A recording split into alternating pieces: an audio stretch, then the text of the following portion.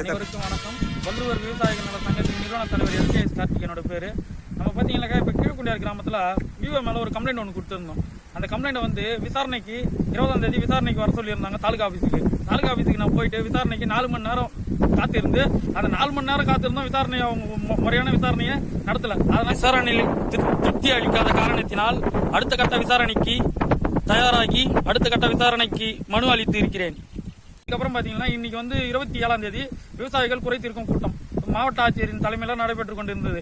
அந்த கூட்டத்தில் வந்து நான் இப்போது வந்து விவோ மேலே மனு கொடுத்துருக்கேன். இறப்பு சான்றிதழ், அதுக்கப்புறம் பார்த்தீங்கன்னா பட்டா வேறொருவரோட பட்டாவை மாற்றி பட்டா கொடுப்பது, இந்த மாதிரி பல்வேறு முறைகேடுகள் சம்பந்தமாக மனு கொடுத்துருக்கேன். இப்போ வந்து அதை ஆர்டிஓ என்கொயரிக்கு விசாரணைக்கு போட்டிருக்காங்க. ஆர்டிஓ என்கொயரியில் விசாரிக்கும் போது என்னை அழைக்கிறேன்னு சொல்லியிருக்காங்க.